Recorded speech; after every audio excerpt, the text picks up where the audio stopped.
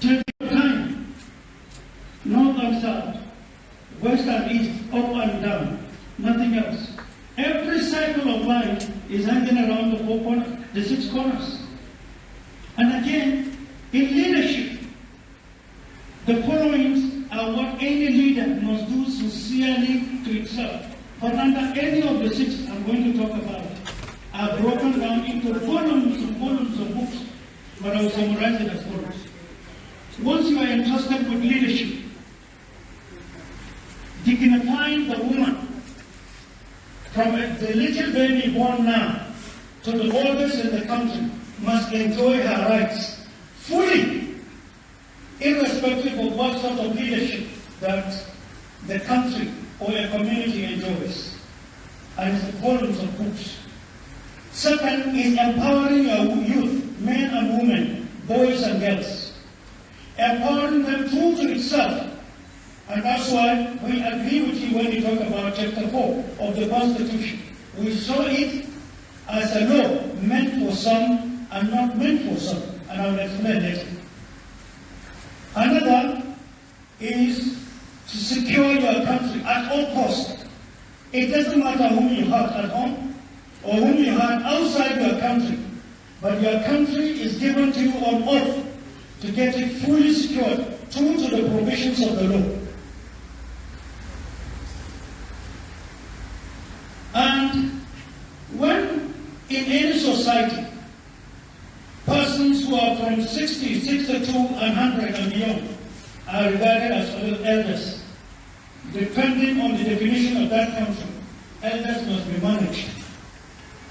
Managed from welfare, security, health, and their ambitions, so that what they learned could now be seen to be passed to younger generations for them to remain guided. Number 5, at all costs and under any situation, the law's perceived heritage of a country and the core value of that country is a straightforward mission to elders, those in power, religious leaders, cultural leaders, and the security of that country. Mandatory, it must be restored to the people, to the country as a guide. It's missing in this constitutional, in this presidential system, and it is being killed every day. And number 6 is that that country, that leadership or that government must, there is no excuse, must join the international community's ambition in returning the country to the mainstream of the attainment of the following 4 things. 1, security of your country.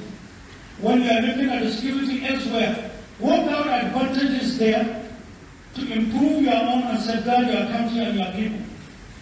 Look at the dangers and take precautionary measures to protect your people. Second is economy. The economy of your country must be improved upon by the day from the happenings within the international community. The reverse is the case in Nigeria, and I will talk about it. And that is why, at this point in time, all I want to say with all sense of humility, and that's why my happiness is the fact that I'm talking in church. You don't need fragile leadership. You don't need a leadership that will compromise all of your country. And I'll talk about that later too. Second is the economy of state. Sorry, I think I'll talk about that. Third is diplomacy. International diplomacy, as it suits your friends or opponents around the world, must be a topic you should take advantage of and improve on your own. And lastly, the government and the country and the church and the mosque, any other religion in that country must, no excuse, synergize to make their country relevant at the international scene. With all sense of humility, that is the summary of what Mr. President has spoken to, and that is what Mr. Vice President has spoken to, part 1 and 2. And so it is globally. That is mandatory being looked for from any leadership. Now you have spoken quite a lot, and I wish other candidates are here. And I wish also this same type of program came before primaries. All potential aspirants would have put a larger environment for them to look into you and for them to know this is the demand of the church. Second, I would have loved you also synergize with other religions. Islam, free thinkers, any type of religion, they have right too. They should all come together to look at potential leaders of that country and ask them questions. Who are you? Where is Nigeria? What is the spectrum of the next leader? What is the true state of Nigeria? There are two things here. State of Nigeria, true state of Nigeria. It's a world apart. One is for deceit, to continue to deceive segments that are considered as stakeholders of Nigeria. And the other one is totally the truth that is always kept hidden. Now I start. Having talked to about the summary of what is expected of any leader. The second, from what you have spoken, and let me start from the speeches of Mr. Prime President. Your speeches are rich, or is rich. Every sentence carries big meaning. But the total summary of what you talked about are solutions to Nigeria's problems, projected. Economy, Nigeria is a reversal order.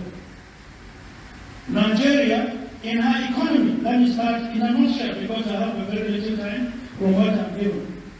Dirty oil politics. Dirty oil politics international. Dirty oil politics domestic inside Nigeria. It started fully 1972.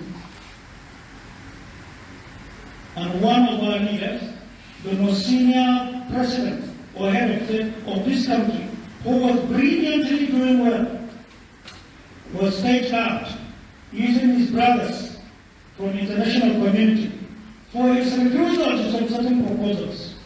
And I want the church to dig it out. That's why some of us have total respect for the person of General Gowon. General Gowon, some of us are ready to give our blood in his defense. Because many people were deceived. Literature was worked out and sent out. He was removed out of ignorance, which became power in some people that did it. When out of humility he was sent to London, a former head of state of a rich country, Nigeria was filled with the poorest poor in London to take his meal. He's a Christian, but his character, his conduct, his sayings is that of a father of Nigeria. He's exceptionally humble. I call him embodiment of humility. We had to study him deliberately, some of us. And for a long time we have been keeping records. So in Nigeria, the church should understand this primarily. Personality data profiling of potential leaders, former leaders, youth leaders is mandatory. And I'm talking of all religious bodies, all religious leaders in the country must, so that we will not fall into the pitfalls of yesterday. The Vice President has spoken about history. There is a game used in history in destroying Nigeria. The unpicking of the major events of yesterday from the beginning. The discussion started from 1957. There are some obvious facts taken out. Today, I speak 2022.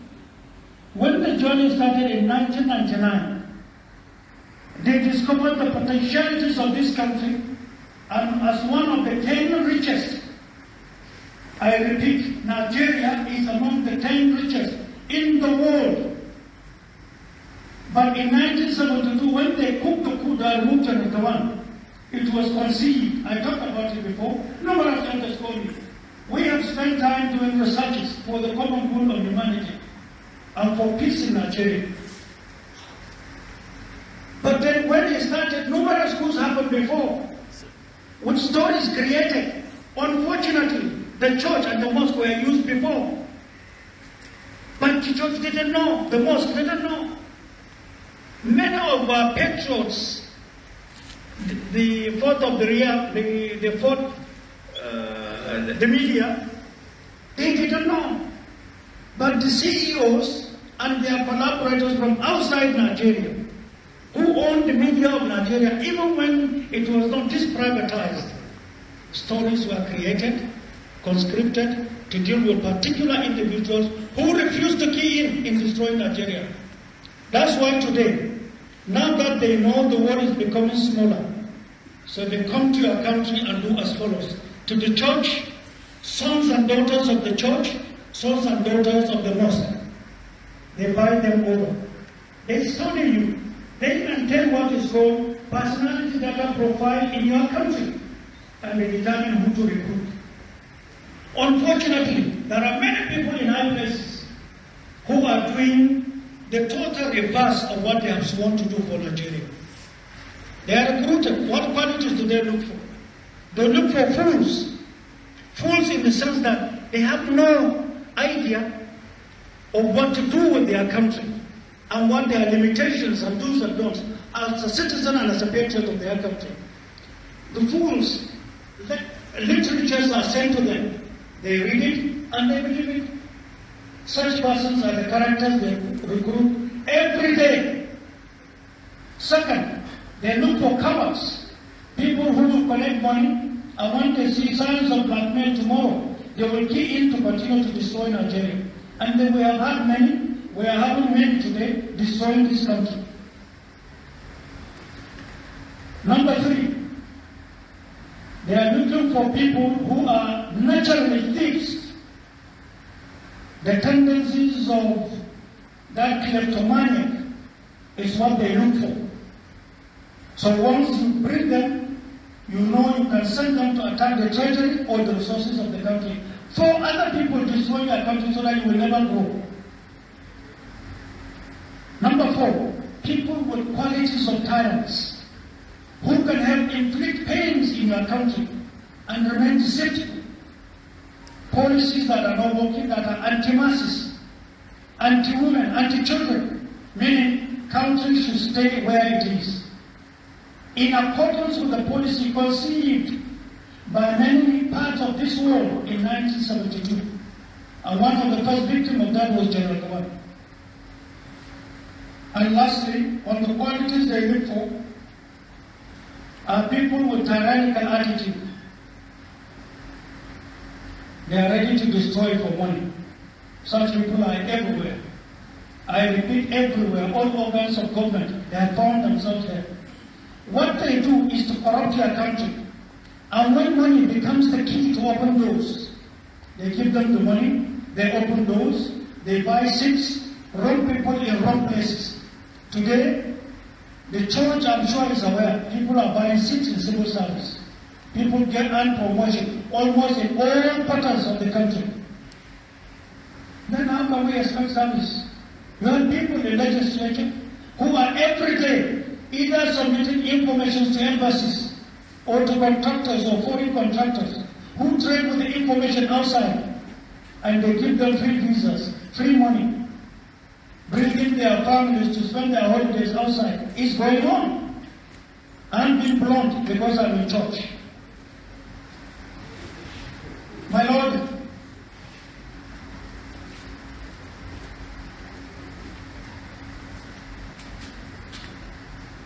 in the speeches of the Vice President, the roles of the feudals is what I have given you in a nutshell. So from this put together, unless and of course the church, the mosque, and other religious bodies, no matter cultural or whatever their names are, must be a body. And this is part of our recommendation from what I have seen in governance, in leadership, at a very, very tender age, at the age of 31, 32. From our investigations lately, it shows that Nigeria has come to a point where all causes of insurgency exist to high percentages. And there is no country that can have 1, 2, 3 and still be in peace.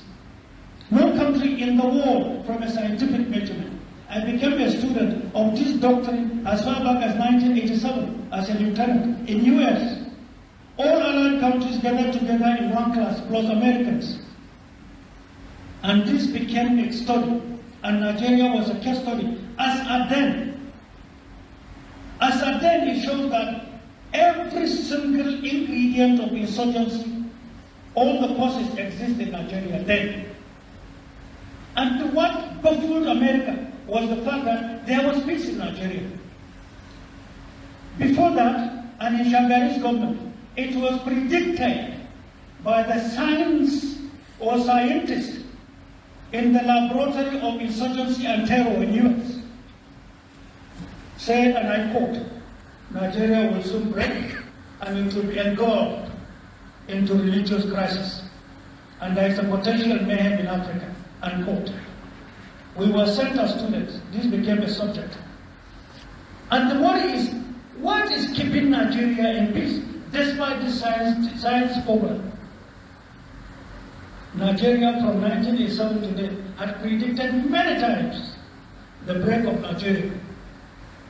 Mr. President, this country is unique.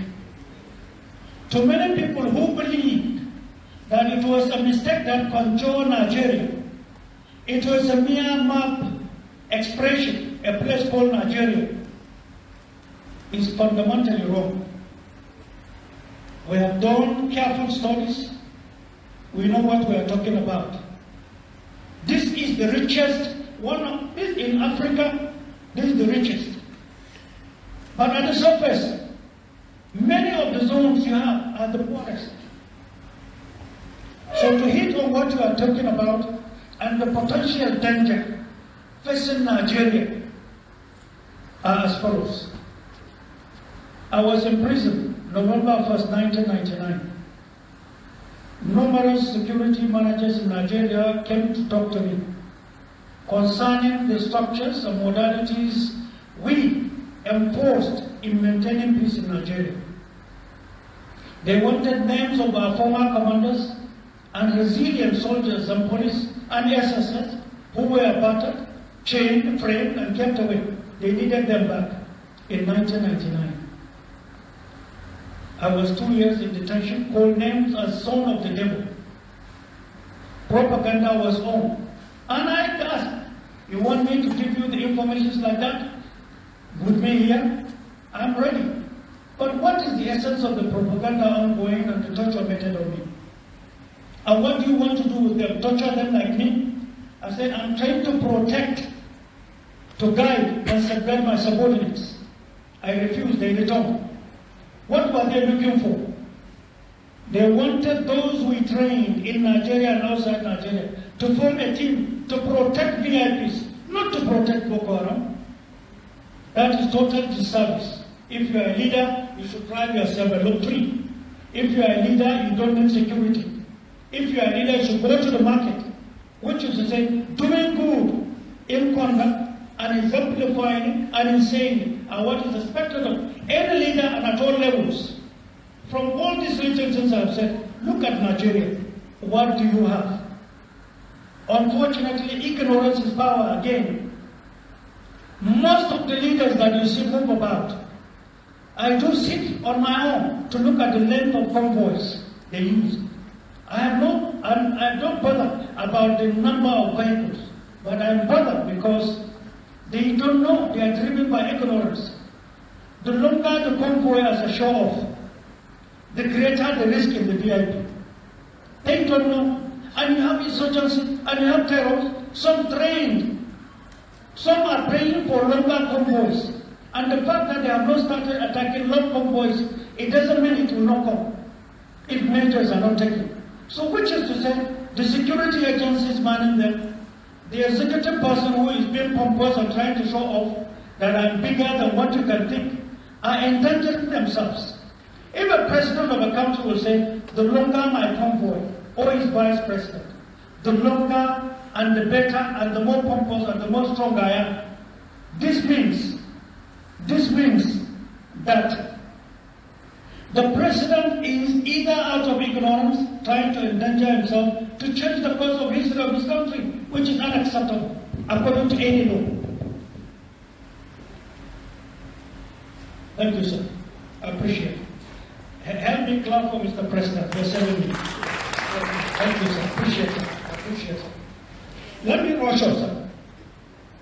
If 2023 must be realistic, the church, the mosque, and all religions should stand against any form of rigging, technical rigging, direct rigging, moral rigging, religious rigging.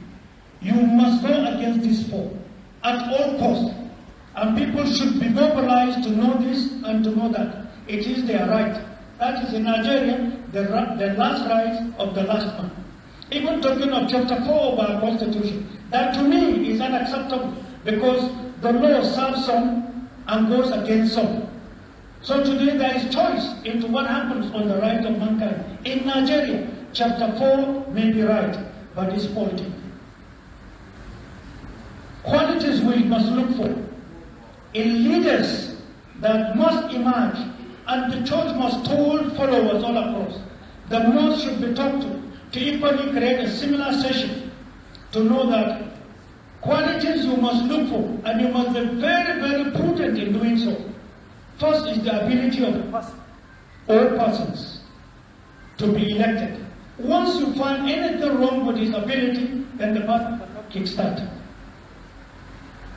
The bravery, meaning taking decisions as you suggested in your speech, is that he must be brave enough to take laws, to take unpopular bills to the legislature, to tell the world and to tell Nigerians, this is good for you. You may not see it today, but definitely from the trend and the way the world is going, this is what we require now.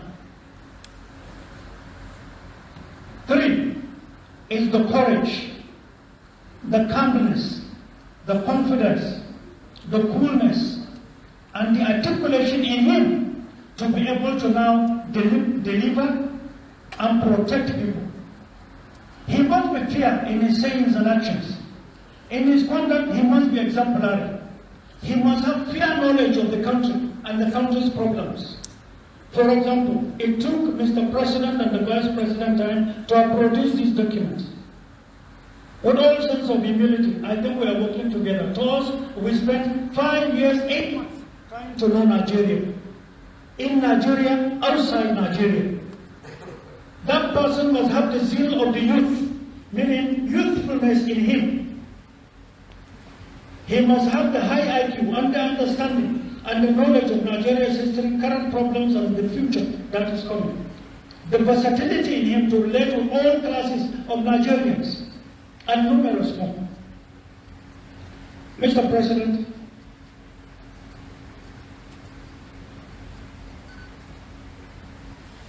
there are deliberate cliques working against the church and the mosque, working against governments, working against institutions.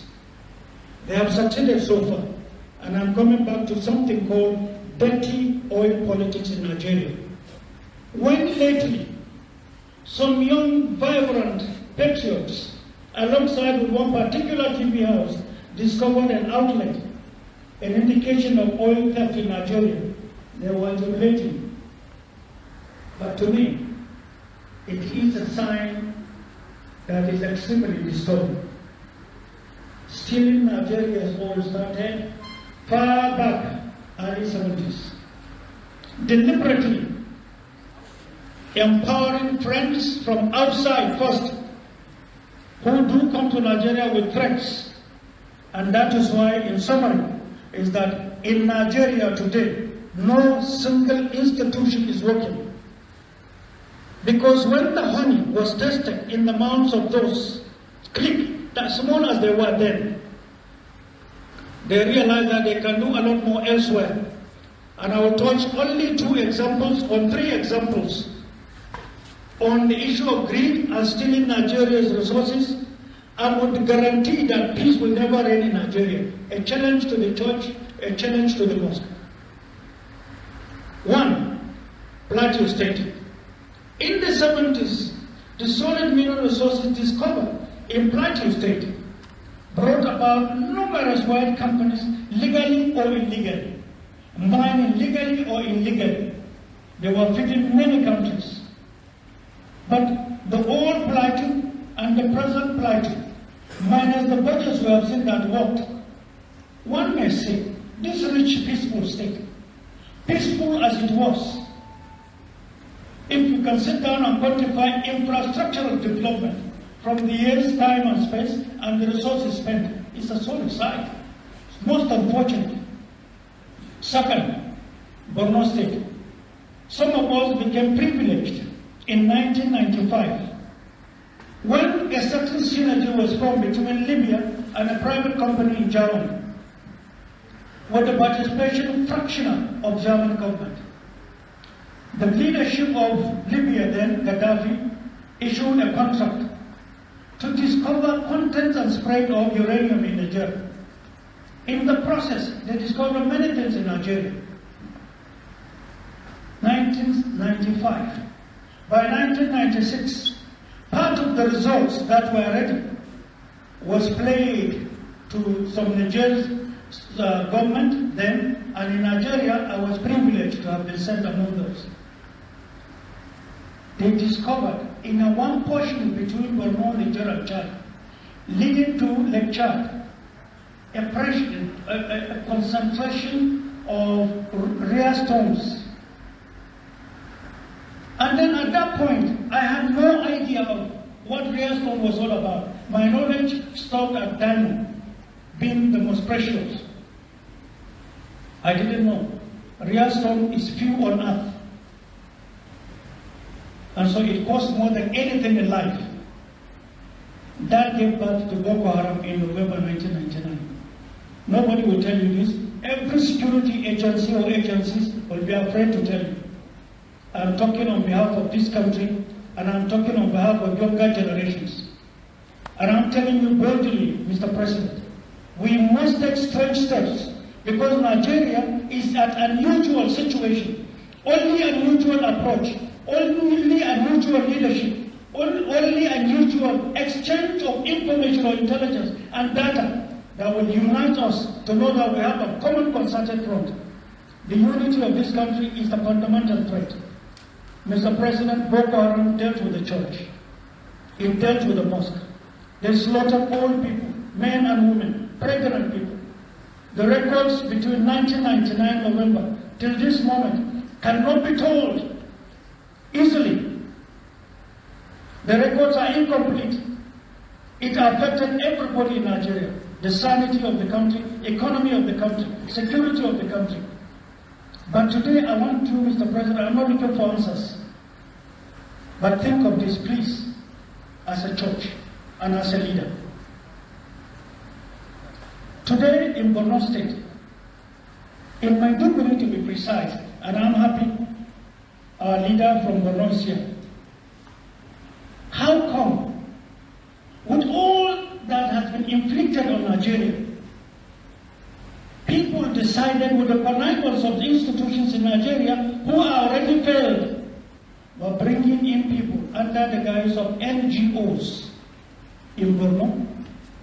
It's not easy to get a house to rent in Borno. You can say wrong. Anything I say wrong, please flag up. You can't. And they hire houses 10 years, 15 years, 18 years from the records we have. What are they planning to do for 18 years in Borno? Borno, at the surface, within the international intelligence community, they say, they have this description. Borno is a no-go area. It's classified insurgency heavy point in Nigeria. Why are the NGOs coming? At all hours, what are the NGOs doing in the bush where Boko Haram are heavy and situated? The area between Boko Haram and outside is mined, heavily mined. How did these NGOs know their routes in and routes out that is safe? What is the relationship between Boko Haram and the NGOs? At the surface, NGOs are giving medicine to the poorest poor. Most of the medication they give them are poisons. We have substance. That's why I want the world, minus talking in church, I want the world to challenge me. They give capsules, inside it are either powder or sand or drugs. That's why the disease is rising from medical point of view. And my happiness is the fact that my remit is a medical doctor. We run around, get data, decipher it, and keep all for this country. Why do they have kidney and liver problems? You can tell me. Why these strange diseases? Why cancer? This game started when? The depopulation game is happening here. Who is talking about it? Is the church protecting? Today, let me tell you this, you may not believe me, but investigate. The most precious stone there. Because in today's market, as at last week, Wednesday, when we checked last, is $27 million, $27.1 million, Wednesday last week. That is precious stone. Today you say your country is poor. What the NGOs are doing is exchange of this. They fly in, fly out, drop thousands of naira to poor agents, to poor ignorant people. That's why I said ignorance is power in Nigeria. That's why we cannot be. But not a little. I have just dropped a little. Finally, Kaduna State. What is bringing insecurity in Kaduna State? Rhodium and lithium. All the 19 northern states have lithium. In the south, there are 6 states with lithium. The richest man on earth recently visited Nigeria to see a way of investing in lithium because they are using satellite to know what is kept where around the world. And for the information of the church, Nigeria, in most cases where it becomes secretive, for what God Almighty has endowed Nigeria with, Nigeria is identified with codes called 360 plus. That's the name of Nigeria. Meaning, all the non-raw materials, raw materials are in Nigeria, plus oil and gas in the largest quantity. Our gas reserve is 3.176 trillion cubic metric tons. You have not touched it. Your government is borrowing money. Look at the budget for 2023. Any person who becomes president of Nigeria is going to use that as his budget. But the budget, whosoever rely on that, lacks the capacity to create wealth in Nigeria, to create wealth from outside Nigeria. Mr. President, Nigeria will be engulfed in a disaster that the church cannot manage, the mosque cannot manage. I know I'm running against time. If only I had had the knowledge that we are going to talk this, I would have also summarized my own. But I make it here. I am here without knowing what to talk about. That's why I was making some jottings. Mr. President, finally, let it be known that even if, me talking, I start with myself, have my shadow next to me to be entrusted with leadership. But so long the shadow does not have the qualities to preside and provide leadership to Nigeria, my shadow is a misfit. So scrutinize, save this country in the name of God Almighty. I thank you for the opportunity.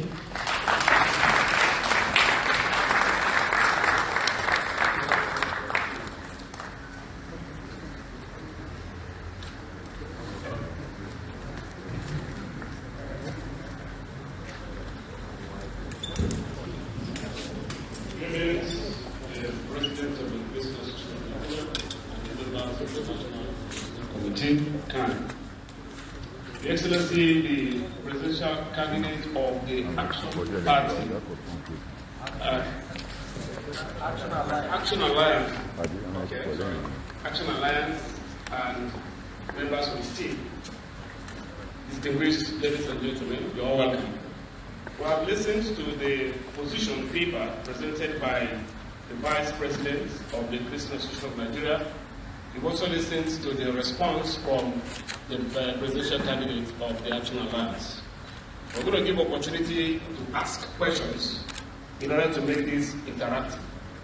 But please, the media, I want to plead with you not to ask questions. This is not a media session. I want only the National Executive Committee of CAN and members of the Christian community that are here to ask questions. And those questions must come from the paper presented, not outside the paper. Please, if you have any other personal questions to ask, you will keep that for another session. So I want to see those that want to ask questions. You raise your hands, we'll give you numbers, and we'll take you one after the other. And then the presidential candidate will respond, and we'll take the next part. We'll try to see how we can manage 1 hour for this interactive session. Thank you. Okay. Bishop, number 1. Legal, 2. Okay, so let's take these 2 first, and then we'll come back to the floor. Fellowship. Your Excellencies, all protocols observed. You mentioned something that I was really very, very impressed during the course of your presentation. You talk about common good for humanity, and I think that is what the church stands for, common good, irrespective of religious affiliation, ethnic affiliation, or regional affiliation. Common good is common good. If God gives you the opportunity to serve this country in 2023, you are elected. How are you going to, or what is going to be your position on the relationship between religion and state?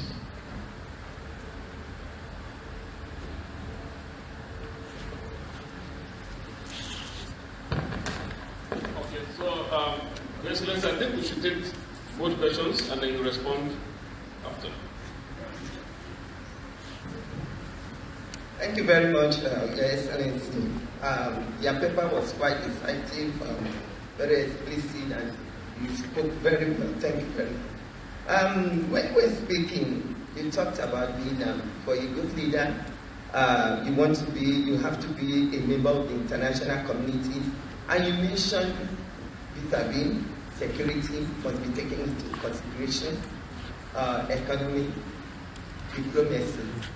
Of course, those are the international relations that governs a nation.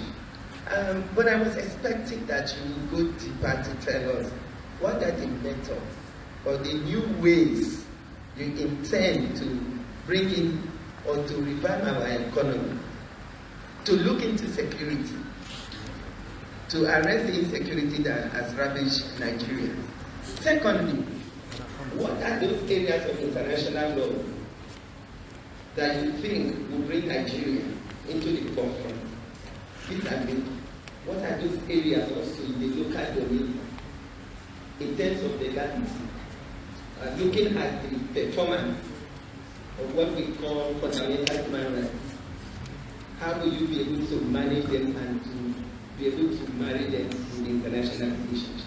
Secondly, I want to ask you, Your Excellency, you say you wished in your speech, I recorded it, that this forum would have come earlier, so that this forum would have come earlier before now.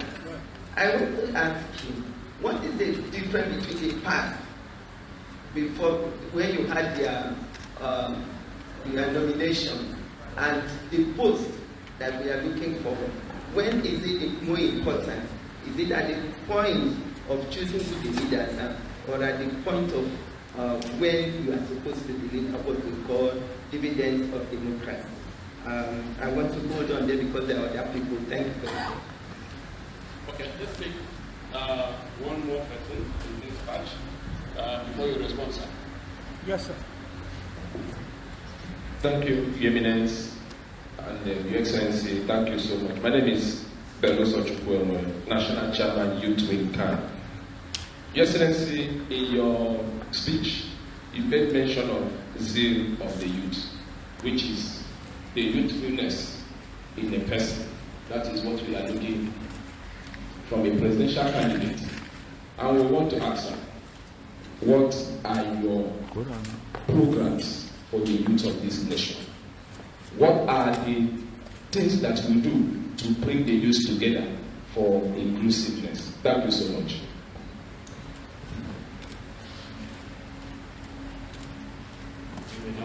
Thank you so much. Thank you so much for the 3 very important questions. I start and I will just hit the road straight.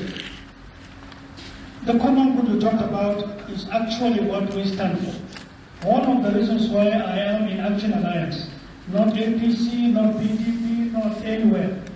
I sat down and looked at it and decided to be there. We have to sacrifice, we have to educate, we have to utilize what we came for. And the only way out is common good from leadership. And common good in that understanding of all leadership beneath any presidency in Nigeria, religious, economic, social, security, and the rest of it, common good of Nigerians. Common good, common grounds. So if we are settled with the responsibility, what do I do between religion and state? One of the things we have worked out, and that has kept the church and the mosque, being religious leaders in Nigeria, is the simple fact that there was not, in the management of Nigeria's security, that program, even if it means twice a year, of the Joint Intelligence Bureau of Nigeria, sitting with the religious leaders to update them of happenings in government, projections of government, threats coming to Nigeria. This initiative is initiative informed by concern, patriotism, security, welfare and well-being of Nigeria that the church has started. It hasn't happened before, and I have no idea from all the investigations we have done to say officially and legally the religious leaders in Nigeria are brought to be educated on current threats, future threats, roles of the church and the mosque to further educate so that we all have common front, wider front, perception and containment, where the church and the mosque are thinking in one direction.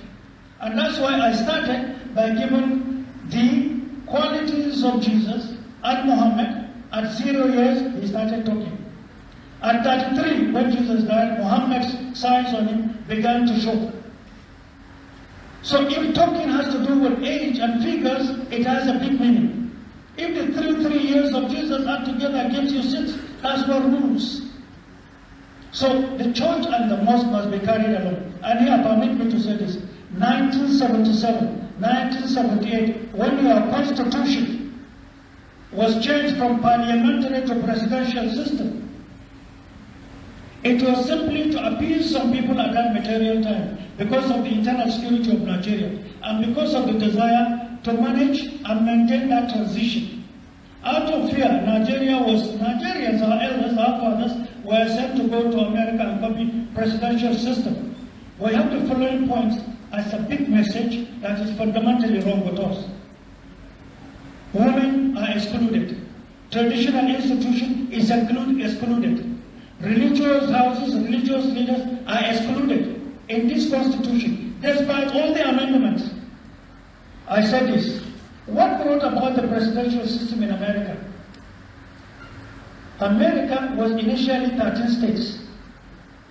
Opened their gates and said the whole world should come here so that we can do away with indigents and allow foreigners, immigrants, to own the country. That was the concept. When they were 13 states, they became what they are, 52 or 53 states.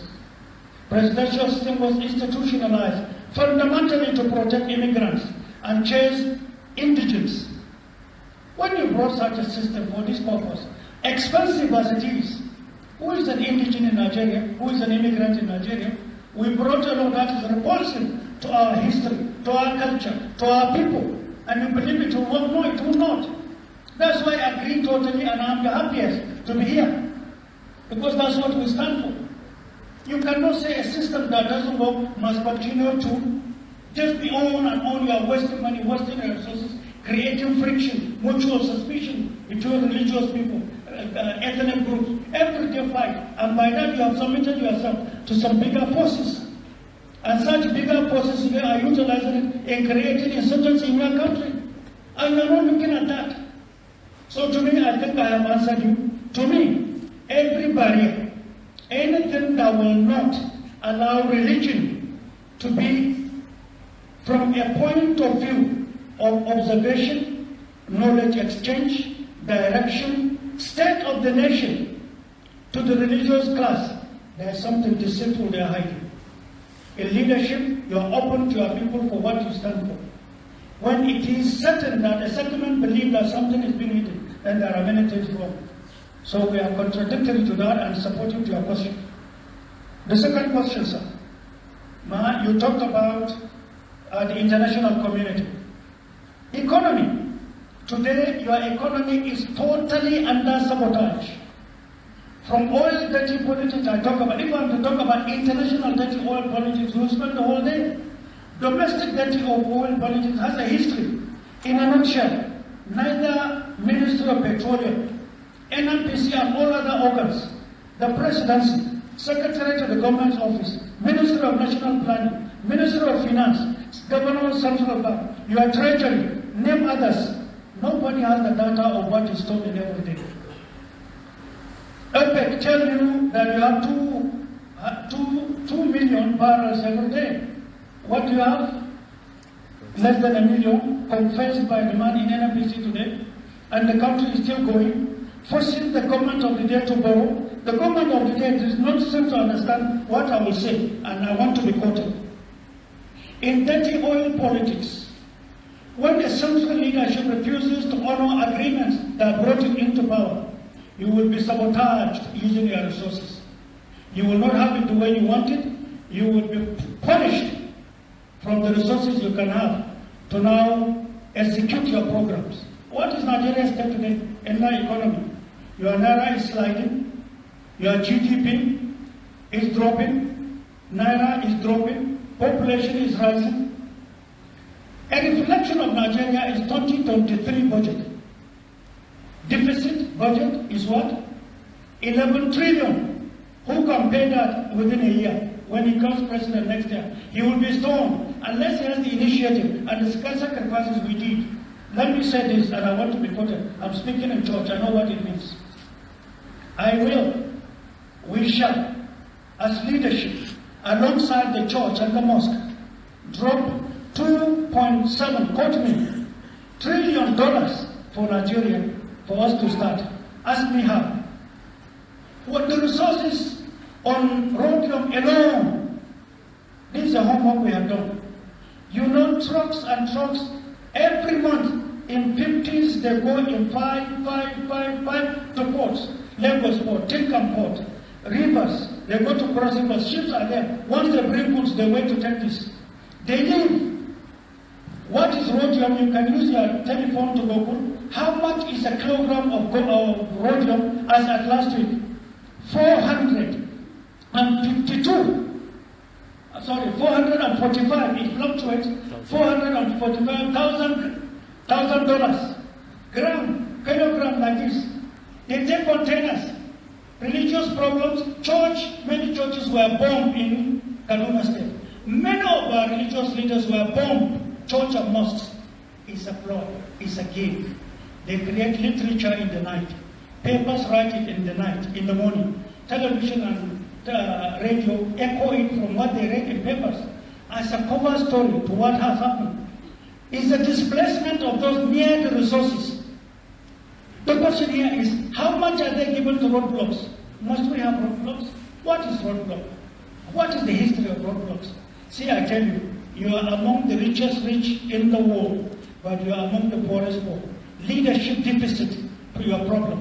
Not knowing your country, another. Not synergizing with all agencies, number 4. Number 5, failed institutions.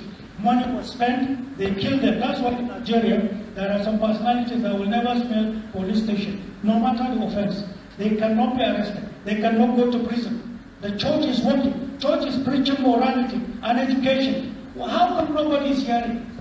How come the law understands the rich and doesn't understand the poor? How come that the law grinds slowly in grinding the poor? It's a major cause of insurgency. So what we are doing, the elites in Nigeria have agreed to be consciously or unconsciously promoting causes of insurgency every day. Example, the church governing the country has called candidates to be here, to be scrutinized, to be asked questions. How come 18 were the only ones here? How can we refuse orders when you are seeking power? If God gives you power, what becomes of the country? The church cannot in any way dare to go there. That's why I said, not because we are the ones here. No. If we are wrong, we are wrong. We should be fought against, never to have power. But knowing what is ahead of Nigeria is exceptionally frightening, is horrible, and is disturbing. You didn't ask me on the whole nature of what is confronting Nigeria. I'm talking on economy. So the problems you have in Kaduna is rhodium. And the countries buying rhodium in the world are seven, they are known. You refuse to know them. Our elites are taking money from them, they are afraid of them.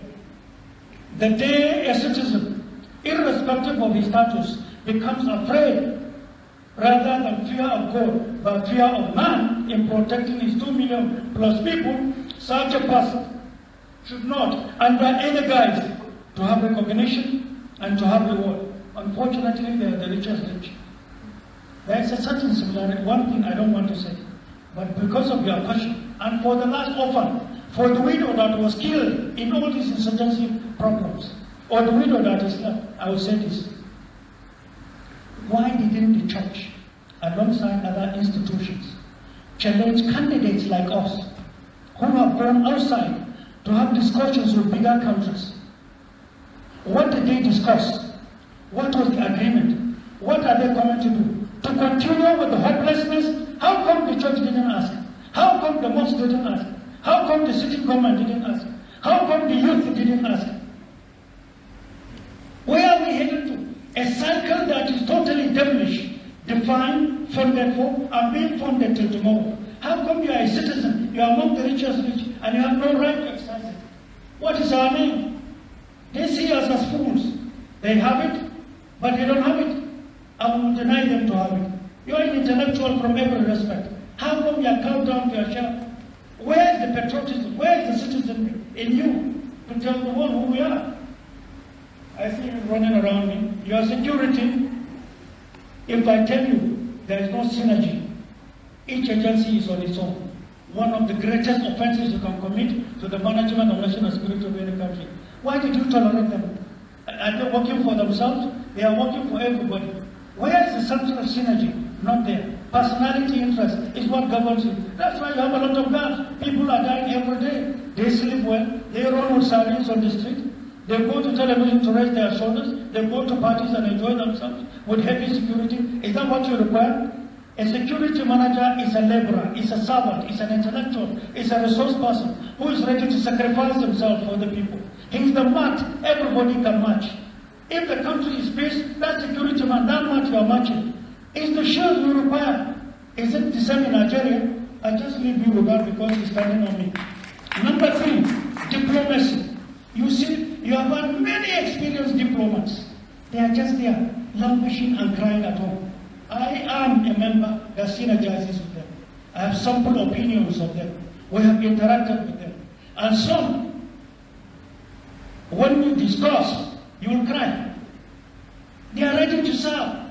International diplomacy requires a reservoir of knowledge and wisdom to direct Nigeria right. But they wouldn't. The thieves, those who are used, these qualities that I talked about, the 5 of them, are against them.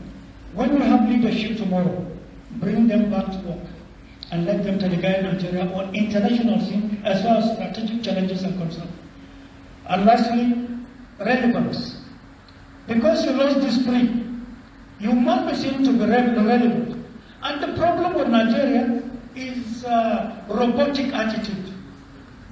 Because you are colonized by this. Because every investment is there. Because they lure you to steal in your country and keep it there. So even when you see solution to neighbor B, you can't go to that neighbor to say, look, my dishes are breaking, what is the solution? Some may give you adult diet, some may teach you how to create, how to produce plates that are getting broken every day, which is cheaper. From there you can find markets elsewhere. But Nigeria is still in a robotic state, highly stereotyped, disturbing. That's your question. I hope I answer. Pardon me, I'm rushing. Fundamental Human Rights, Chapter 4, I told you before, is there, meant for some and not meant for some. Selection of next leader, the primaries are now. Why now? Why is it faulty now? Because if you had done it before primaries, you are talking to generality of Nigerians, and the position of church and mosque is known. If now at this segment, you say also segment 2, now that you are the candidates, we are looking onto you this way. You may take a candidate every day, scrutinizing one by one, head to toe. Do you do a secret investigations of his character. That's why I said then and now, would have pushed more people to go to primaries. Maybe there are some candidates that wouldn't have emerged if you had sensitized the country for them to go. That's why I talked about it that way. And finally, the program, usefulness. Youth leader, youthfulness is a strange quality of leadership. Even if the person is old, his actions, his sayings, his programs should be youthful, maybe be useful at heart. That will guide, that will protect, that will channel, that will energize things to be. Forget about age. Usefulness in spirit. Usefulness in terms of fatigue and the demand of the office from the hopelessness of the country. So a youth person is required when the situation becomes hopeless. But so long he has all the qualities I talked about earlier, and many more. I was compelled to have written a book with qualities of leadership, 46, away from the 17, 16, 18 in our textbooks, out of Wahala in prison. And I thank God it's been useful to many institutions today. So I think I have answered you.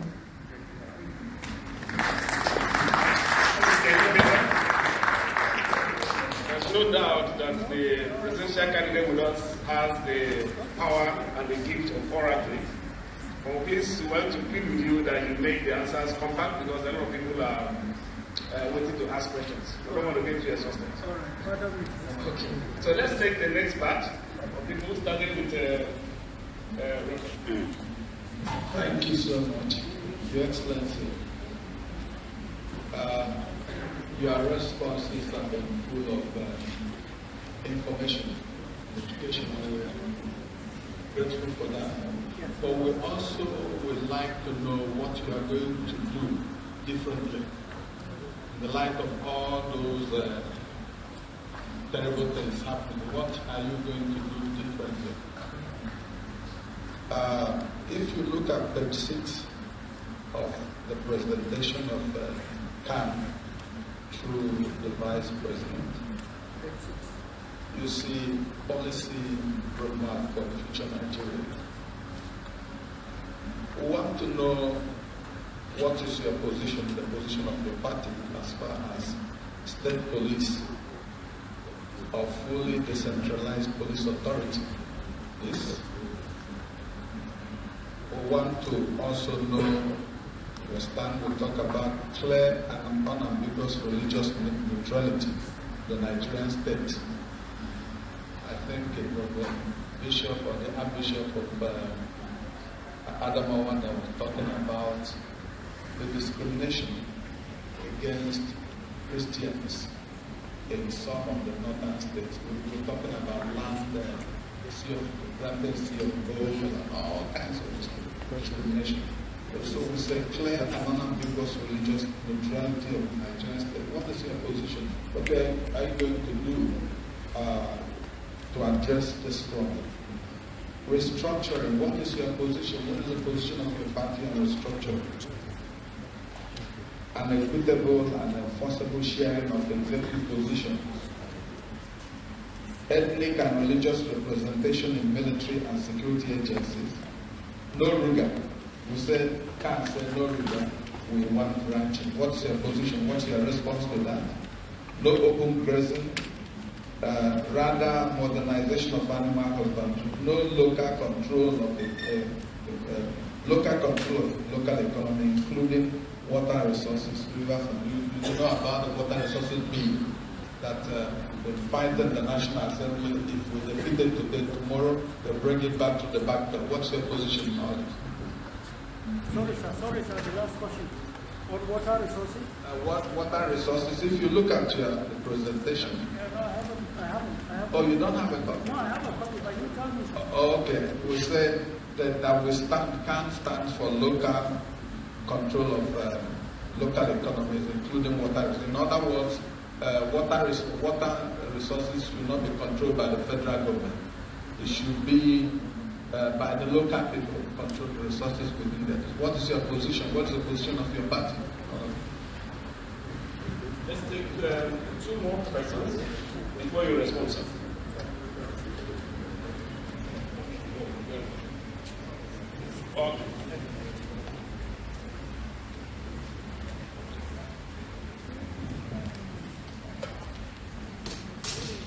Good morning, Your Eminence, my Lord Bishop, and other heads of blocks who are here present. Your Excellency, when you were speaking, you said something about the non-existent synergy between the intelligence units and perhaps services. But being an ex-serviceman yourself, I've also heard something like that the allegiance of the servicemen, allegiance is to the head of state, the commander-in-chief. Now, my question is, where should it lie? I know that sometimes people argue that there's no, you can't really distinguish between the two. Should it be to the commander-in-chief or to the state, the constitution of the Federal Republic? Because in many cases it's been argued that because allegiance is to the commander-in-chief, that in itself has a flaw, because it seems like everything is kept within and the state appears to be non-existent, and that has led to a lot of crisis. So please, what do you think? Should it be with the commander-in-chief or to the state? And by so, I mean the Constitution of the Federal Republic. Thank you. Okay, the last one in this batch. All protocols duly observed. Your Excellency, sir, I thank you for opening our minds and our hearts to a whole lot of things that are happening in this country. Like the speaker said, your presentation was full of information, intelligent information. Now I worry. As a result of ignorance on the part of masses, and perhaps greed on the part of our leaders, a lot of things have gone wrong in our country, especially as it concerns the foreigners, foreign countries and all that. They have come in, they have stolen a lot of things. Even our security has been, because of them. Now I ask, if God makes you the next president, how do you intend to have a relationship with the outside world? Will you close them out? Because from all indications, what you have said to us here has shown us so many negative things they have done to our country. How do you intend to relate with them coming up? Thank you. Thank you. That's it for now.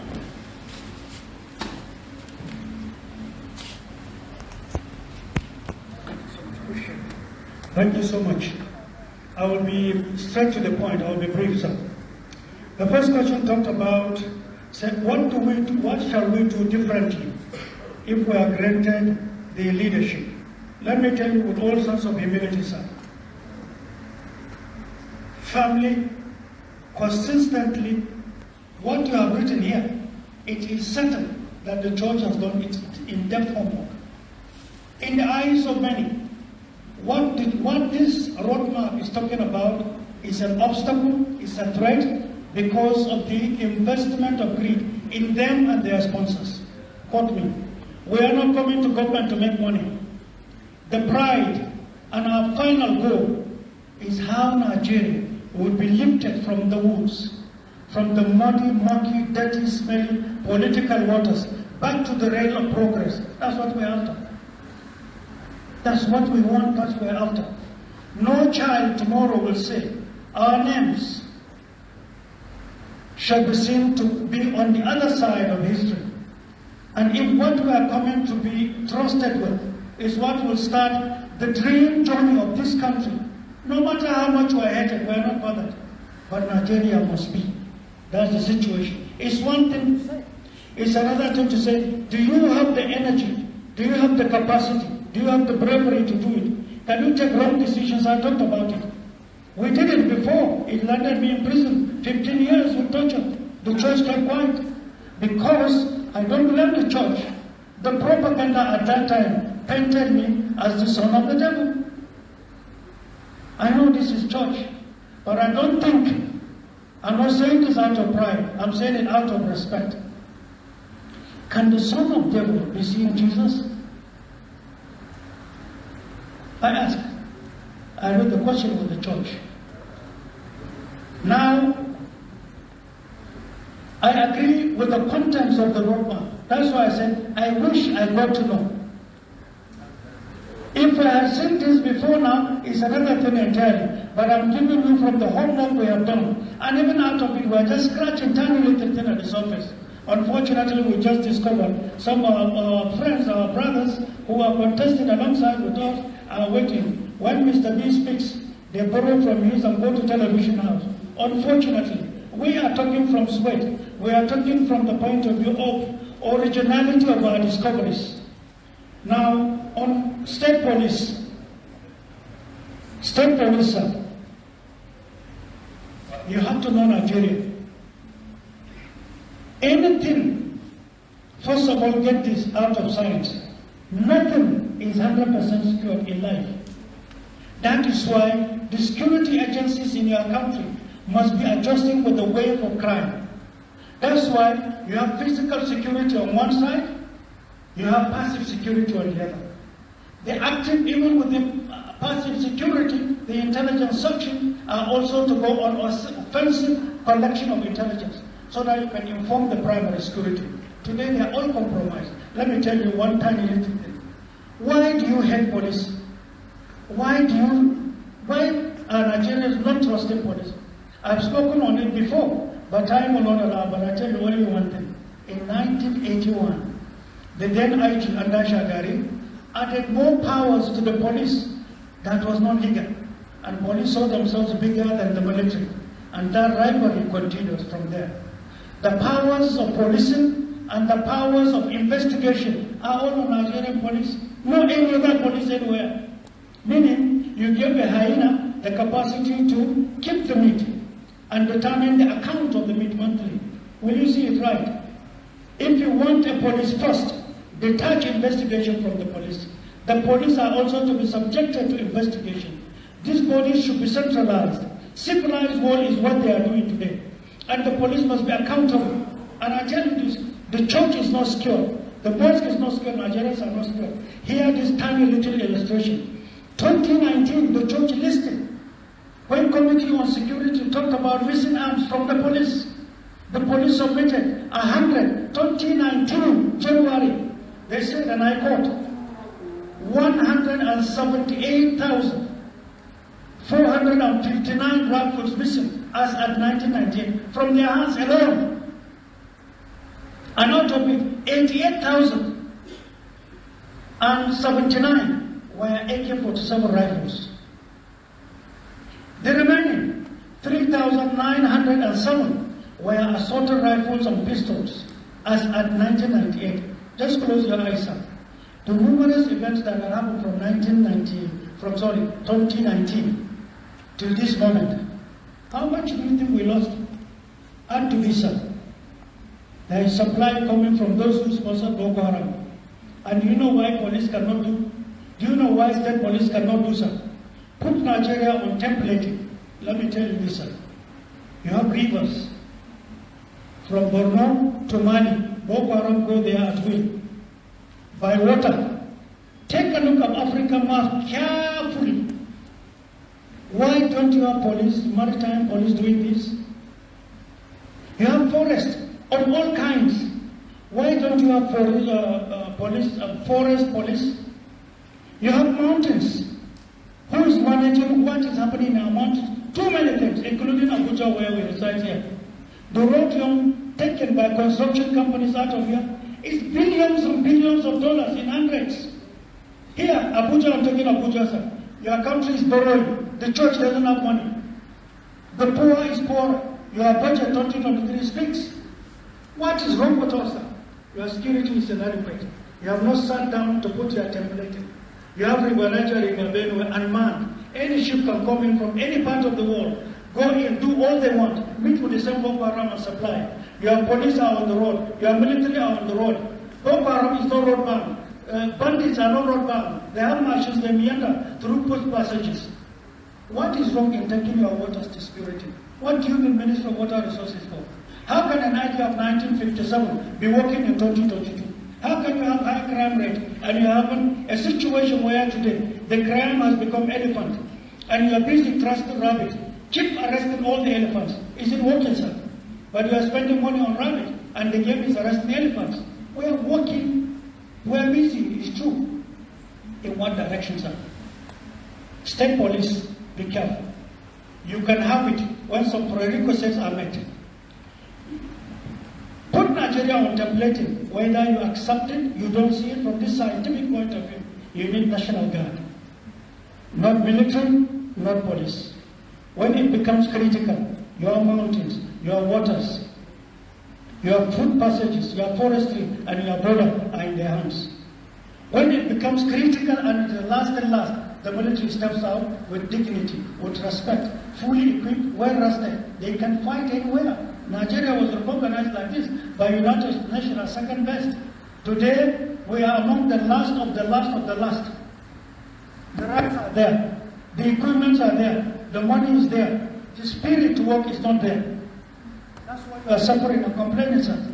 When some certain prerequisites are met, when maturity comes into the polity, when accountability becomes the use of the day, when immunity, one of the devilish things you have in Nigeria, cannot be checkmated. When they cannot determine what a governor does, he drinks overnight, associates with the evil, in the morning he comes up with the wrong policy, he insures whosoever, he destroys whatsoever. In the morning, they will say the governor is bigger than the law. Look at the Bible, look at yesterday, look at where you copy from. Tell me the name of the governor that will abuse the law and sleep well in America. You copy from them. Here, they are not. They are behaving like the worst of all the pharaohs we have had, the Bible talks about. How can you have such as leaders? If I cannot be checkmated and be accounted for, as I want to take any policy, then the country, if that mind is evil, it will destroy the country. So there are requisites that it's time to have state police. Let's consider that. We should not be itching to have it. I tell you one thing, sir. Poor intelligence, poor information to the governors, to the religious leaders, to the church. Church is not aware of many things. I'm sure, with all sorts of humility, some of the things I'm saying are strange. Look at Northwest. Northwest is no point of attack. And whosoever say I'm in Southwest and I'm indifferent, they should be prepared because of the saturation of gold. The war in Russia and Ukraine is pointing to gold, not dollar.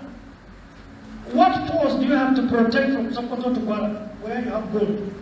Katsina, Zamfara, Kebbi State, Kaduna State, Niger State, Kogi State, and part of Benue, and Kwara.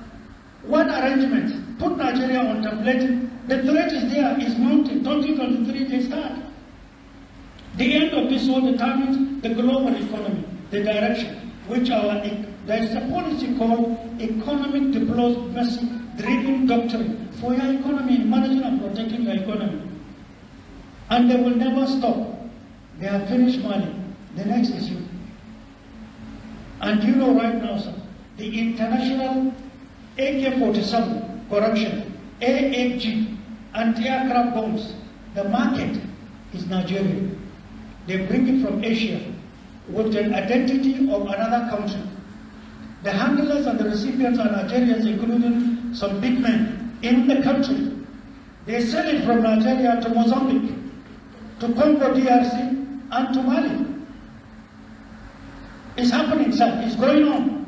You know the money. Any country that is classified to have AK-47 saturated in raw hands will have its air aviation, international air aviation will classify you a no-fly zone. Are we ready for that? How much of burden can that bring to our economy? Are we looking at that, sir?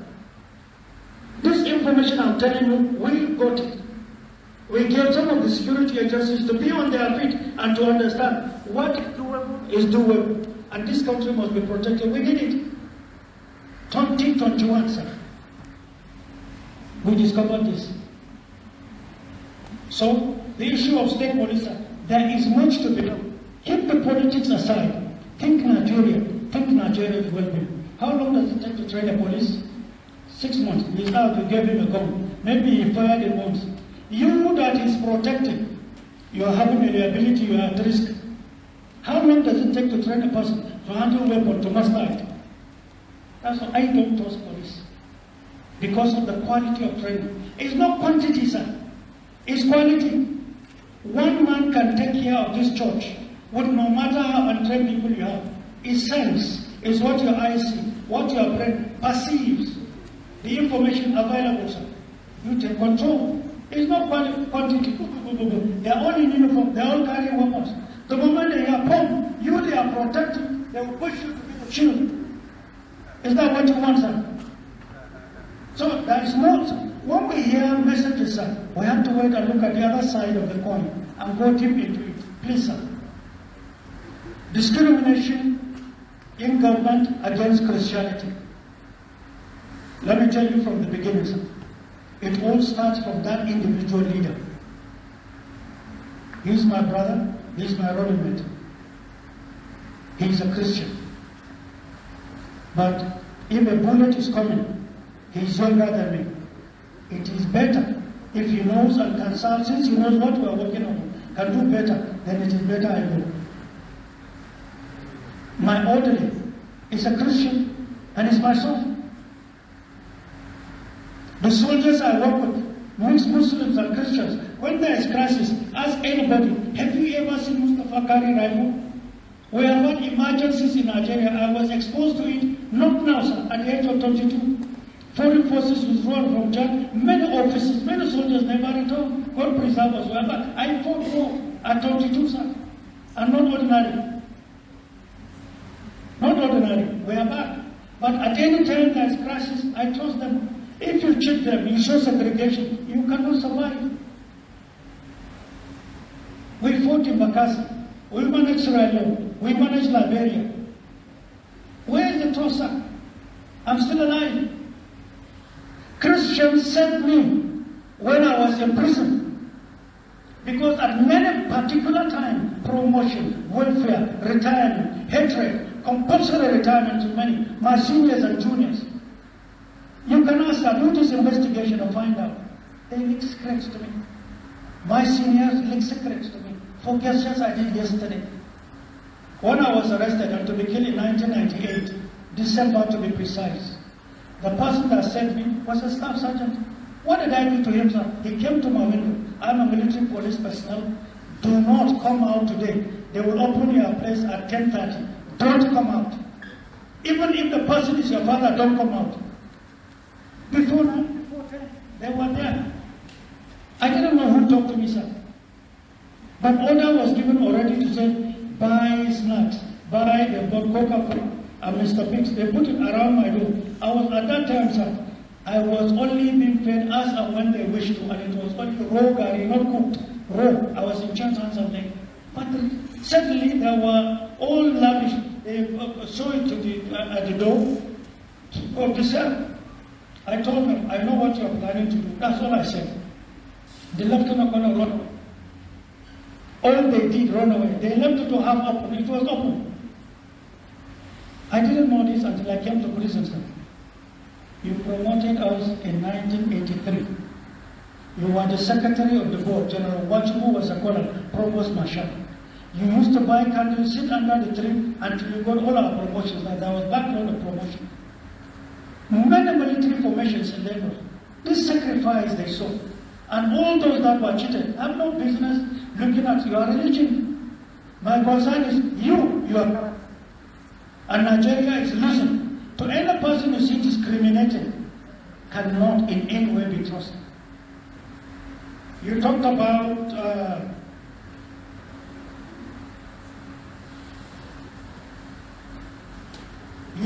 sharing executive position in government. I'm starting here. Women, youth. I don't know where you come from, sir. You must have heard some phrases I talked about before. I said, when our car spoils, remember I said this? We are looking for best mechanics. We don't look at where they come from or their religion.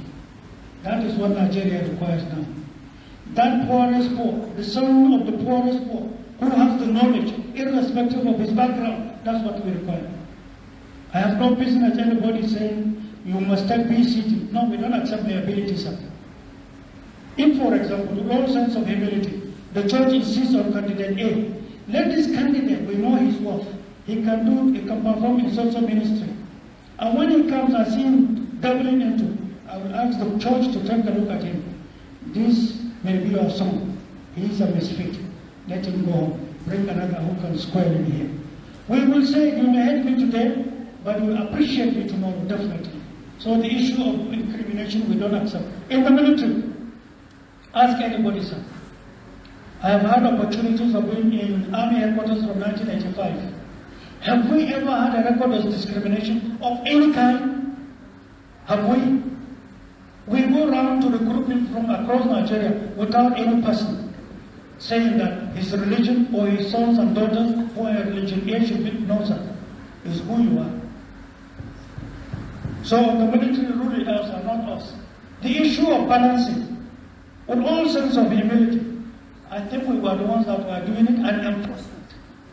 We work with somebody whom Nigerians hate, but by the time they begin to know who he is, time will roll. The issue of balancing was the watchword. And that is the doctrine we imbibe, and that is what informs our manifesto and that of our party. Waters, Ruga, first of all. When time changes, religious houses must educate the Fulanis, even if they don't have religion. They have leaders, outlaws, but traditional institution is not captured in your constitution. Traditional rulers don't have will. They are just seen as just they are being whatever. I don't want to call any names. But there is the proviso that says any constitution that intends to govern shall be all inclusive. Why the exclusion? Women, Section 28 is exceptionally faulty in the same constitution. Traditional rulers not captured, no role. Outlaws are not traditional rulers. Are you aware, out of not having anything to eat, traditional institution is approached to give cover? Outlaws are part of it. They are the leaders of the Fulanis. They take money. In Kaduna, when they come to take a deal, either you accept or you are shot. Let the church investigate. When they are shooting, they shoot Fulanis, they disperse. They shoot villages. And when the villages disperse, already the literature before morning has already been prepared and given to the media. And the media spirit to have known in a war that happened last night. People display that is the signal to commence the snatching and stealing of rhodium. So anytime you see a container of rhodium, that's hundreds of billions of dollars. If a small kilogram gives you 45, you can check it, you can have your telephones and check as I talk. If it gives you that, 440 something as at last, if the price fluctuates, and something $1,000 per small kilogram, then how much is a container? Then how much is 100 containers? So they shoot people out of it. They give these boys thousands of naira and drugs. Keep the arms with you. So do you know the number of arms of people who come to church? They go to mosque. They have arms. They believe. Shooting people are creating way for these people to be taking rhodium. They are the laborers. They shoot and they do the labor and filling containers. They take them away. Your brothers and sisters are dancers. What is the name of Nigeria? Then the issue of Ruga, I think I have spoken. Ruga should be seen to go along with modernity. Anything injurious to humanity must be seen to be enforced. The law and the country must work. Now I tell you, sir, who allowed the Fulanis to go? Who told them not to accept the idea? They are doing it out of ignorance. Ignorance is power to their leaders. To the country that accepted exemption of their leaders as traditional rulers in our constitution, in our political operation. We are weak, we created gaps, and we believe we are ruling people just. The law is the law, that's our belief. If you like, the law is hot water. Drop your finger, it burns. That's how it's supposed to be. And that's our belief, and that's what is in our manifesto. To restore Nigeria back to order, leadership must be hated. Leadership must be bold. Leadership must trust in God Almighty alone. If the church agreed to come along with you, you thank God, keep walking along. That's our belief. We will be hated today, we will be loved certainly tomorrow. because this country must be. Water resources, I told you before, what they are doing with your water is totally to come under security. With that, every state, every local government, every hub, every hamlet, every village, every town will enjoy their water. But movement of water, economic activities, fishing, irrigation, and the rest, using our water, mandatory, nobody can stop anything. After all, the more activities on the water, the more you organize French movements, and then you can contain insurgency. And the second question, the issue of allegiance to Nigeria. Allegiance to Nigeria as described by law. In the military, are you a military personnel? Were you a military personnel? Allegiance is that to the military first. To the military is to say, allegiance during commission is to Nigeria. When you are in the field as an officer, there is allegiance to accept your commander-in-chief is another oath of commission and oath of allegiance to your country. It doesn't matter who becomes. There is also something called allegiance of office. 3, binding on military, any military personnel. So allegiance first to office is you are now subordinated to the powers of the commander-in-chief who presides over you.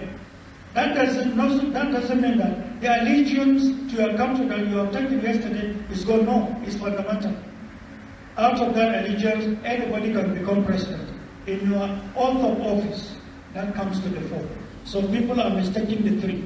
Allegiance to your country, oath of office and commission to an oath of allegiance through commander-in-chief while you are in service. So we shouldn't mix it up. And finally, how do you relate with foreign states? Somebody asked me, the young lady. I talked about your reservoir of diplomatic or retired ambassadors. They know what to do. I tell you this, when you are pursuing your economic interest in the international scene, it is driven through what is called diplomatic economic doctrine. In doing so, 2 things guide you. No confrontation, but everything to negotiation. You will sell your products, create new friends that have a relationship with the sales best market, with protection of your resources in the world. Nobody is limited into one part of the world. That's the problem with Nigeria. Because they tell you at the beginning, remain with us forever. Whosoever tells you this is your enemy. God has given you knowledge. He allows you to read Bible. You should know what to do. As a human being, you are versatile. You relate to your Creator. You have dreams. Follow it through. You have qualities of leadership. You have responsibility of leadership upon 200 million people. Scan around the whole world. Today, those who tell you not to go anywhere, they are going to the moon. Have you ever gone to the moon? They still left you where you were and say be stagnant. As a Christian or a Muslim you are, was Jesus stagnant? Was he not moving everywhere? Doing what? Providing leadership, awareness, carrying God Almighty's messages. Don't listen to hopelessness. Open your mind. The world is big. You are rich. You are saturated with what you require. Make sense. Create it. Don't be a copycat. Think Nigeria and Nigerians. Thank you.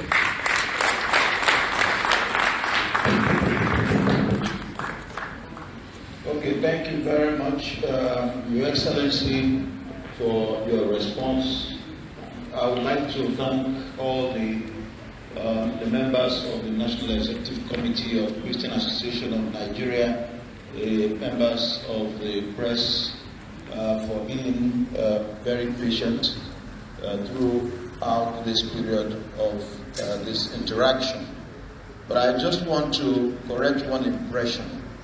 The impression that it was only one political party that responded to our invitation is wrong. We sent out invitations, and these presidential candidates were scheduled for certain dates. Today is the first day, and we hope that by tomorrow this interaction will continue.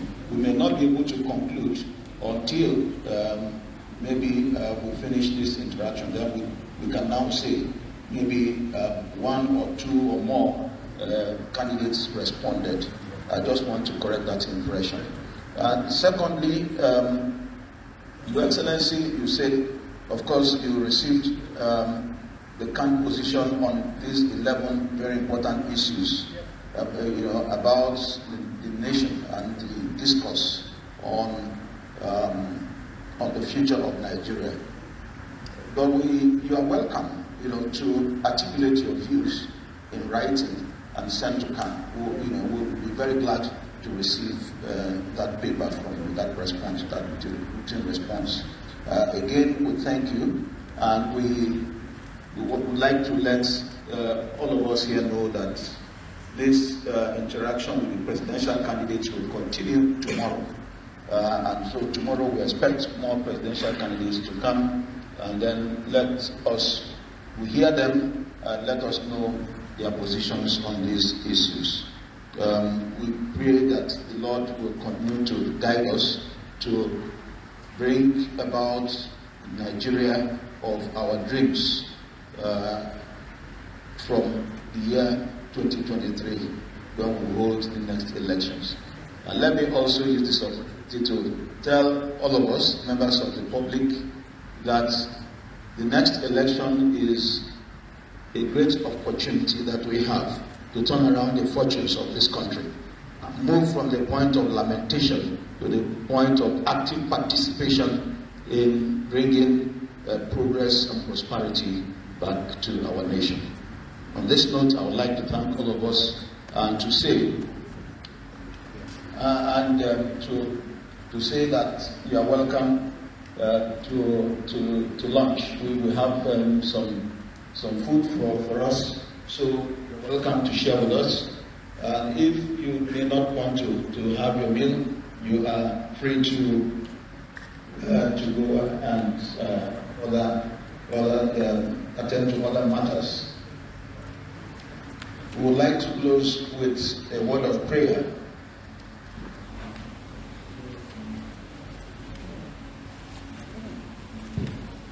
Okay, well, I've just been advised that the vice presidential candidate, if he has anything to say, although we left it open, for any of you to have responded, but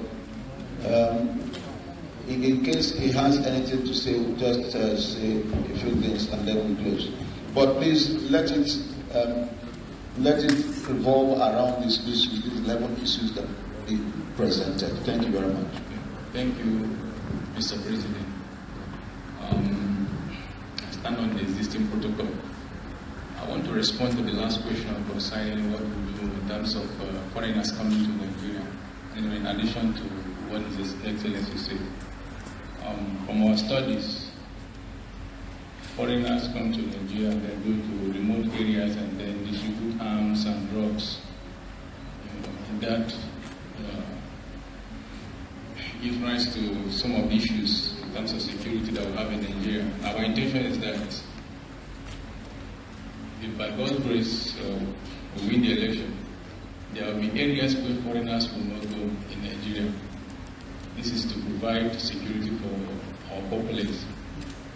Second, there's other question. When we talk about the state police, the understanding that state police will solve, transition will solve the issue of insecurity in Nigeria. I want us to be practical about it. If you remember, in 1999, when Nigeria returned back to democracy, we had local government elections where different parties used to win elections in local government. Not until state governors went to court and take that away from the federal government. Today, you hardly hear when the state conduct local government election, other states winning the elections. It's only normally the ruling party in that particular state that wins the election. What am I trying to say? They compromise that. So we feel like there are other better ways of handling this issue of security and policing. As a matter of fact, we decided to create what we call district police officers. That is to say, there will be police officers in each ward. That will provide equally that intention that when people say state police, their one is to monitor each ward. We have about 8,809 wards in Nigeria. That is to have that's the number of police, and other security agencies that we tend to create, like the National Guard, the Maritime Police, and the rest. Thank you.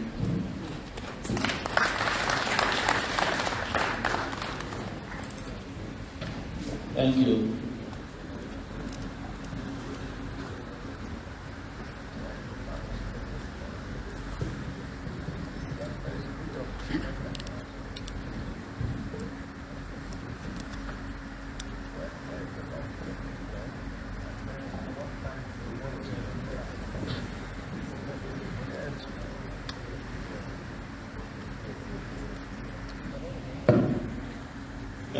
We'll close with the word of prayer.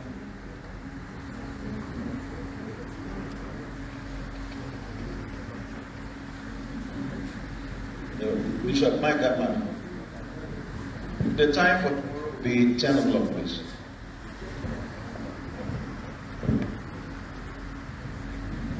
Shall we please?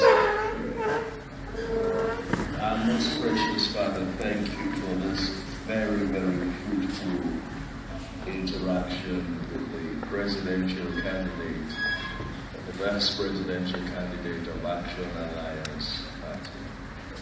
It's been very informative, very educative, very illuminating.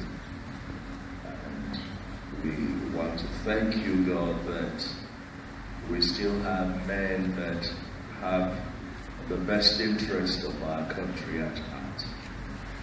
Our prayer, God, is that Nigeria would truly emerge out of the woods in this forthcoming elections. Please help us, O God. And like our president has said, you will move us from lamentation to expectation. Thank you, because your will shall be done in our country. In Jesus' name. Thank you. Please, thank you very much. The lunch will be served here, please. They are bringing it in. We don't want distraction there before. But meanwhile, we have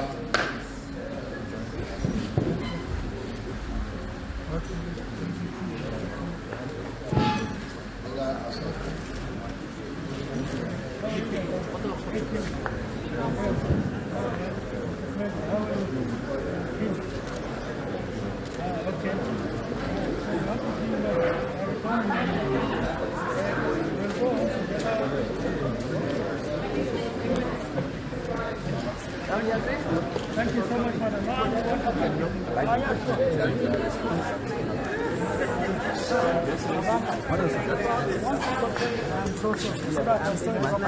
I wrote your name, but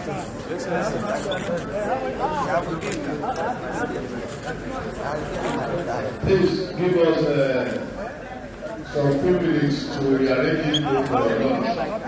Those who are waiting, yes, enough for everyone to eat.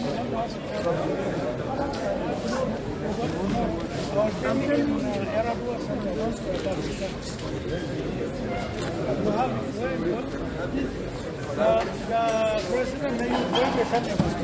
I'll hold you responsible so you come home together.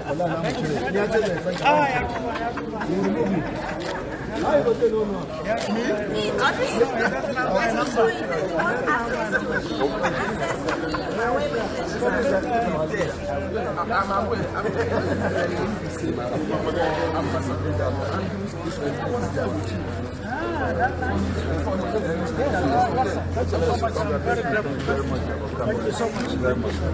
We're honored. Thank you for the look of information. I wish I have time. Thank you so much. Thank you so much. Okay. So when do I see you? You have. I'll bring him. So if you fail to attend, if you fail to come, I'll bring him. Just tell me to call civil defense. It will be a big news. The civil defense has arrested the president. So with you, I will not be arrested. Sure. I'm protected. Secretary, then she can take a Taraba. Back to Elijah.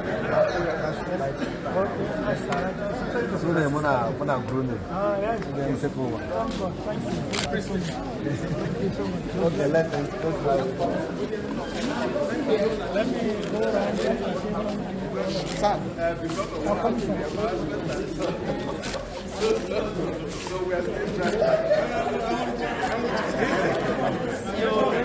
Hello.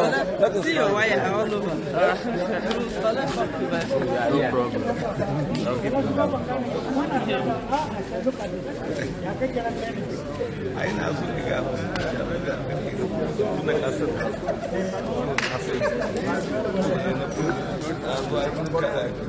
Don't have very well. I told you a little.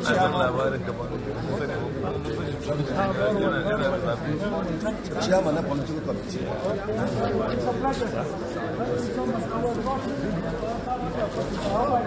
You did the best. You made a very important point. We're supposed to have sent this ahead of time. We said that we planned that, but the secretary handled that. This morning we discovered it. So we are sorry. Thank you so much. But at least you have it. We are sorry. We are sorry also for keeping you here. We have been on our feet, investigating what you cannot believe. Taking this. Yeah, it is very, very educational. Thank you. Okay. Share some of this.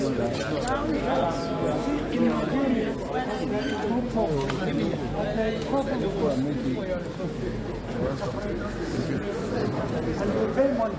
They start with their leaders and those underneath. Out of lack of information, we have what we have. Nothing more. You are one of the best, richest men in the world. You are richer than you. You are richer than Japan. Yes. They create. But you have the resources, you are not creating. Yeah, correct. Thank you. It will be, sir. Very So I'm looking forward. Thank you so much. Well, Hassan has been busy lately. Okay. I just returned to attend to this. FCT. Yes, of course. She can't chairman FCT. Okay, FCT. Chairman FCT. How are you, sir? Oh, it's okay. Thank you. The ambassador. You know, Are we going to when we have you, let's go. How are you, sir? Very well. I'm sitting for visa. Thank you, madam. Senazo. Senazo, thank you. Thank you. Oh, thank you, sir. Let's go and do very costly call. Very well, sir. Combined. I truly appreciate it.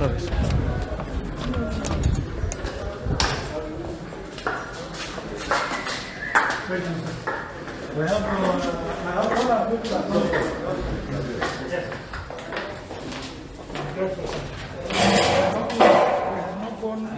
No, it's okay. Yeah. He's coming to. No, we're done with the president.